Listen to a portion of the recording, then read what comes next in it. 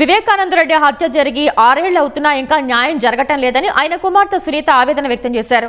హత్య చేసిన నిందితులంతా యథేచ్ఛగా బయటే తిరుగుతున్నారని, న్యాయం కోసం పోరాటం చేస్తున్న తాను మాత్రం భయపడుతూ తిరగాలా అని ప్రశ్నించారు. వివేకా కేసులో నిందితులకు బెయిల్ రద్దు చేయాలని సుప్రీంకోర్టులో పిటిషన్ దాఖలు చేసిన వేళ సునీత దంపతులు కడప ఎస్పీ అశోక్ కుమార్ ను కలిసి తాజా పరిణామాలను వివరించారు. పులివెందుల్లో వరుసగా 2 రోజుల పాటు జరుగుతున్న పరిణామాలు చూస్తుంటే తన తండ్రి హత్య జరిగిన రోజులు గుర్తుకు వస్తున్నాయని సునీత అన్నారు. నాడు పోలీసుల్ని బెదిరించి హత్యా స్థలంలో సాక్ష్యాధారాలు లేకుండా చేసిన వ్యక్తులు ఇప్పుడు పులివెందుల పోలీస్ స్టేషన్లో డీఎస్పీనే బెదిరిస్తున్నారని వ్యాఖ్యానించారు. గత 2 రోజులుగా పులివెందుల్లో జరిగే విషయాలు చూస్తుంటే 6 సంవత్సరాల క్రితం నాన్నగారు వైఎస్ వివేకానంద రెడ్డి గారిని హత్య చేసినప్పుడు జరిగిన సన్నివేశాలు మళ్లీ నా ముందుకి కనిపిస్తున్నాయి. చాలా సిమిలారిటీస్ అప్పటికి ఇప్పటికి.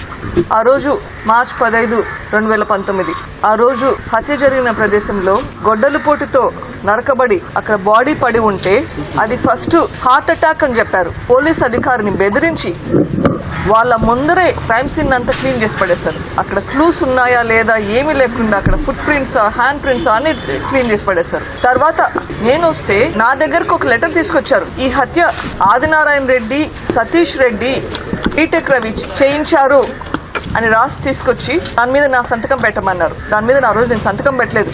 ఈ రోజు నిన్న వీడియోలో అదే సతీష్ రెడ్డి గారు, అవినాష్ రెడ్డి గారు చూశాను. ఆ రోజు అవినాష్ రెడ్డి గారు వాళ్ళ అనుచరులు కలిసి ఎట్లా అప్పుడు పోలీసులు దబాయిచ్చారో మళ్ళీ ఇప్పుడు అదే కనిపిస్తుంది. అదే కదా ఆ తర్వాత మళ్ళీ మరుసటి రోజు నారాసుర రక్త చరిత్ర అని పెట్టారు. అది నన్ను నమ్మించారు. ఆ రోజు సాయంత్రం నా పక్కన ఉండి ఇట్లే ఒక మీడియాను అడ్రస్ చేస్తూ ఇది టీడీపీ వాళ్ళే చేయించారు అని చెప్పారు. అది నేను నమ్మాను.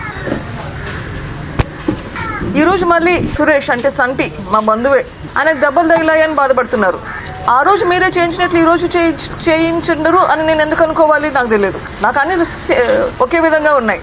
ఆ రోజు మీరే చేయించారు, మళ్ళీ ఈ రోజు కూడా మీరే చేయించుండొచ్చు కదా. అందరినీ రెచ్చగొట్టి చేయించేలా చేసిండొచ్చు కదా. మళ్ళీ ఇంకొకరి మీద బ్లేమ్ వేయడం. ఈ 6 ఏళ్ల పోరాటం ఇటువంటి సంఘటనలు జరగకూడదు అని. తప్పు ఎవరు చేసినా శిక్ష పడాల్సిందే. చిన్నైనా పెద్దయినా తప్పు చేస్తే శిక్ష పడాల్సిందే. ఆ రోజు చేసిన దానికి ఇంతవరకు ఎవరికి శిక్ష పడలేదు. లా అండ్ ఆర్డర్ తో పోలీస్ దగ్గర శిక్ష పడలేదు, కోర్టులలో శిక్షలు పడలేదు, ప్రజా తీర్పు లేదు. ఇది కంటిన్యూ అవుతూనే ఉంది. ఇది ఆగాలంటే ఎట్లా? తప్పు చేస్తే తప్పు అని చెప్పే ధైర్యం ఉండాలి. అంతేకాదు అప్పుడు స్టార్టింగ్ లో ఆదినారాయణ రెడ్డి, సతీష్ రెడ్డి, బీటెక్ రవి, తర్వాత చంద్రబాబు నాయుడు, ఇప్పుడు లేటెస్ట్ గా సునీత రాజశేఖర్ రెడ్డి చేయించారు ఇది అని ప్రూవ్ కూడా చేస్తున్నారు. ఎంతకైనా దిగజారడమేనా? ఎట్లా నమ్మాలి? ఏది నిజం ఏది అబద్ధం ఎట్లా తెలుస్తుంది?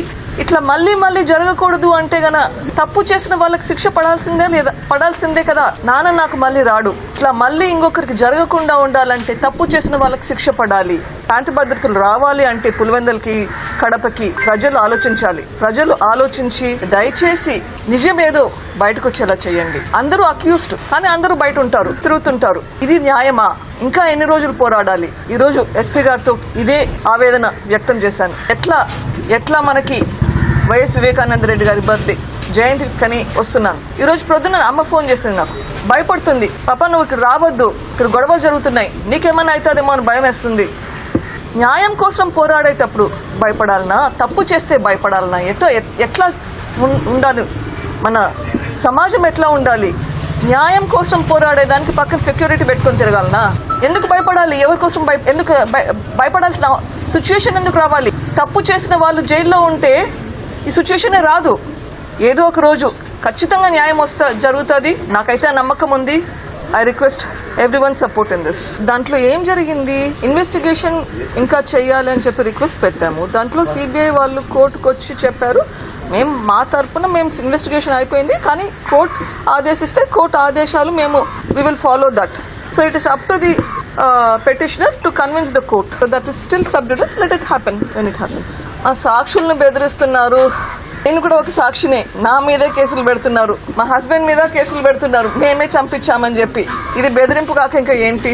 కానీ మనం తప్పు చేయనంత వరకు ధైర్యం ఉంటుంది. బెదిరించినంత మాత్రాన లొంగిపోవాల్సిన పని లేదు. ఆ బెదిరింపు మీద యాక్షన్ తీసుకోవాలని చెప్పి కూడా కోరడం జరిగింది. మీరు చెప్పే విషయము ఇంకా ఎవరినో బెదిరించారు, అది బెదిరించుంటే definitely I'm hoping that police will take appropriate action on that.